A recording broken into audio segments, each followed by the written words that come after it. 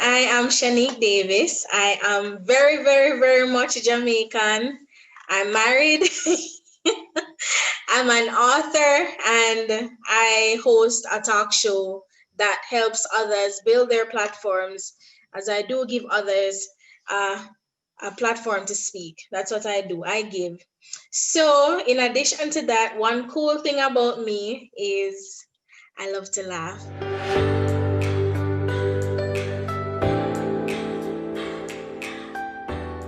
What do you think people's first impression of you is? Oh, Lord.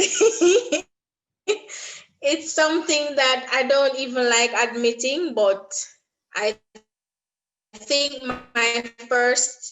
people's first impression of me is that, maybe I'm too serious, maybe a little too stern. And that's only because, I don't know you. I'm very serious. But after that, I'm cool. I'm very cool. So, I think that's their first impression of me. Serious.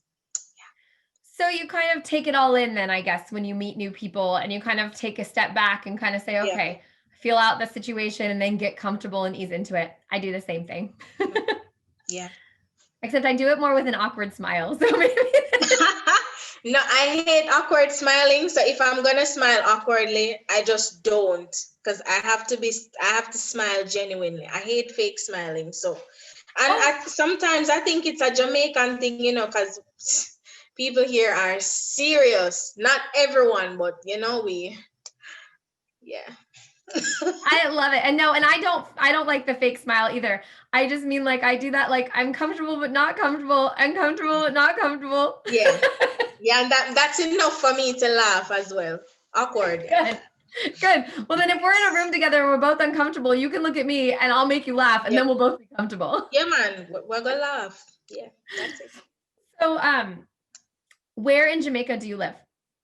I don't live in Kingston, which, a lot of people are more familiar with. I live in the rural section, and that's called St. Andrew. I live in the hills. So it's very cold up here, Right now it's very rainy. So that's me. So tell me your opinion on the Jamaican vibe. Like, I mean, being from Jamaica, like you tell me. All right, the thing I love the most about being Jamaican is that if laugh, they've been saying this for a while. If laugh in the face of danger was a country, it would be Jamaica. We take nothing dangerous seriously. Even the crisis. We have so many crisis memes. If we have a flood, there's a meme. If we have 2 earthquakes, memes for everything. And it's just, I think we as a people, our culture is about the colors of the flag, black, green, and gold. And we talk about diversity and strength and nature and all of that, and the sunshine. So with everything that comes with life itself, the burden of work, maybe a little home stress, any other trouble, we find a way around all of this by or through humor. So we are very humorous. We're serious, but humor. It's a vibe. It's a whole mood. Like I saw this one meme maybe about 2 weeks ago, and it said, "Imagine not being Jamaican." Sad.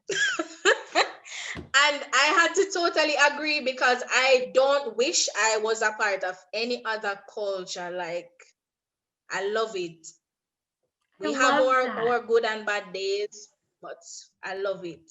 Yeah. It's a mood, a vibe, a whole personality. Yeah. I love that. And I love that it sounds like the whole culture is around take every day as it comes and we will overcome whatever is thrown at us. Yeah. And I love that. So tell me about that kind of growing up.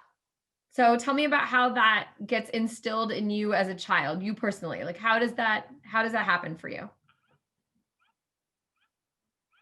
Growing up as a child in Jamaica. Wow. I absolutely loved going back home, because well, I don't know how it is where you are, but I would say, when you're living in the city, in Kingston, because I used to live in Kingston, when I came back to St. Andrew, like for summers, when we have summer break, no school, no teacher, no homework, no assignment, no nothing. I would just climb trees, we eat apple, we just pick things and just eat it. We cook, we play hopscotch. It's and then we have our evening times where we tell duppy stories, like we talk about rolling calf, we talk about um some other, some things about some things under your bed, something scary. We do that in the evenings, and I always love that we get together, everybody bathe one time, we all take a shower at the same time, because we're all young people, we're children. We eat a lot of vegetables. I don't know if you've heard of callaloo. We are raised, majority of Jamaican children are raised by our grandmothers. So big up to grandma over there in Florida right now. Grandma tells us, about how to be proper women when we get older, how to clean up after ourselves, how to sweep the yard, sweep the house, wash, and all of these things. So yeah, that's what it means growing up in Jamaica. Reggae, it's either reggae or gospel on a Sunday morning.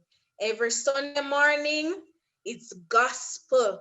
And the popular gospel music when I was growing up was the Grace Thrillers. So whoever is watching, you may know about Grace Thrillers. That was it growing up. But it was good. We just pick fruit from tree and just eat. Like, yeah. That was us. It just sounds so free spirited It is. and Literally. innocent. Yeah. I Yeah. love that. So tell me how you got into the path of wanting to give and wanting to give people a voice and a platform. And was there something specific in your life where you maybe felt like you didn't have a voice and so you wanted to lend that to others? So tell me a little bit about that. Exactly. So even though you're saying that we grew up, free spirited and we could do whatever we wanted, it wasn't always the case. There were times when, well, even though our grandmothers are so loving and, they take care of us and all of that, but they shout too. And sometimes they tell you to be quiet. Even your parents, be quiet. I don't want to hear anything from you. Shh, shut up. That's it. Shut it down. And I have had a lot of that. Like majority of my younger years were filled with, all right, stop the noise. No, be quiet, please. Shh, you're talking too much. Not in English, but in a Jamaican way. Like, for example, you chat too much. Shut up now. Stuff like that. And I felt like even when I was writing, I felt like I actually enjoyed writing my book because it was a freedom of expression that I didn't get as a child.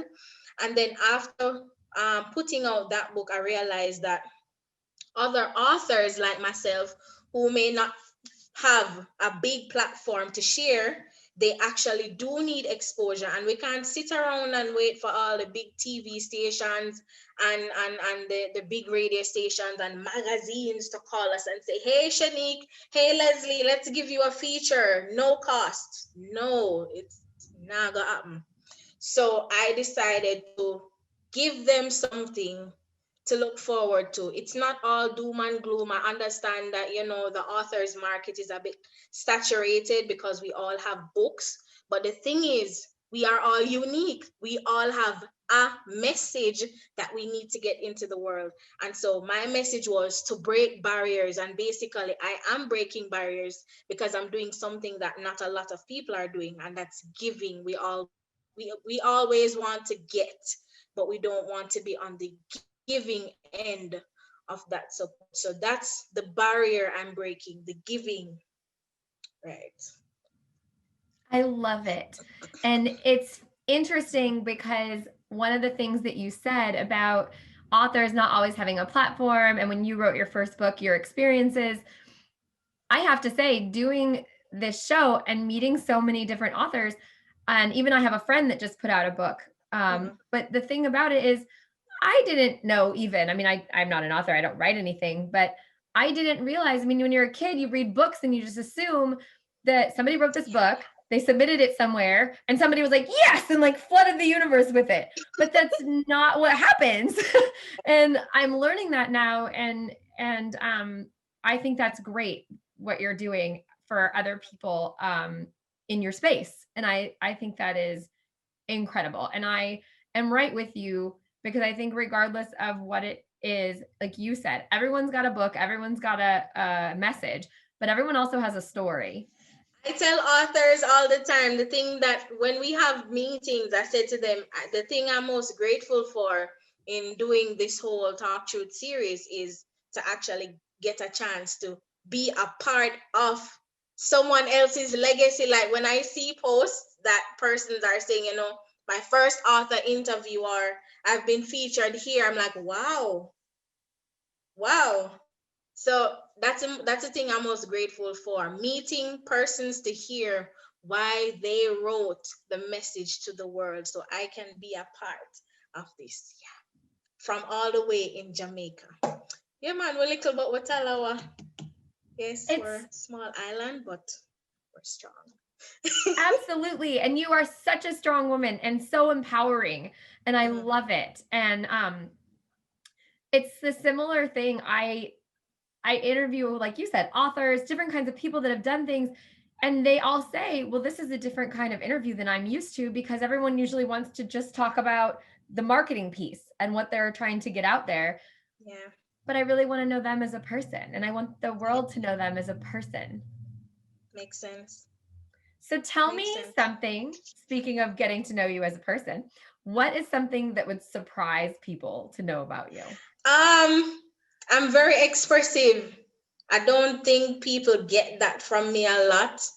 They might see the sternness or the seriousness, but my extra bad. So I'm expressive. Like I can't even explain myself. Yeah, I'm expressive. You mentioned that you wrote your first book. I have two parts to this question. What, number one, was the motivation behind the first book? What's it about? And two is, how many books have you written? So the beans are gonna be spilled. Okay. So when the replay happens, y'all are gonna hear it here first. Thanks to Leslie. So my first book is entitled Breaking Your Barriers, Change Unhealthy Life Cycles, and Unravel the True You. And the inspiration behind that is story time. Imagine the people on the road, right? They're homeless, they're dirty, sometimes smelly, they have no friends, they're not very attractive, you know, they're seen with loads carrying with them all over the place, you know, they move about a lot. They are basically nobodies according to society. And sometimes when we are so isolated in our differences, it gets to our heads, right? And so people say that we're mad. So here we call these mad people. Over where you are, they might just be homeless people. So you realize that once these mad or homeless people are taken into shelters and they get cleaned up, face well shaved, properly groomed, nice clean clothes and smelling good and everything, they look so different. And that is what the barrier is. So at times we find ourselves with the load of the dirt and the stench and everything happening mentally, emotionally, physically, the frustrations of life, they get to our heads, and people might say that we've lost it. We are nobodies. But guess what? Once we break these barriers, we are somebody. We become our true selves. We're no longer living in self-defeat, self-denial. We're no longer living in lack of confidence and doubt and fear, because our minds are now renewed. Our inner man is renewed. Our external man is now renewed, and so we are our true selves because we have a purpose. All of us have a purpose, and so that's what breaking barriers is: changing your inner man, and the outer man reflects that change. So change internally is change external. He said part 2, I have written 2 books. The second one is entitled The Promise.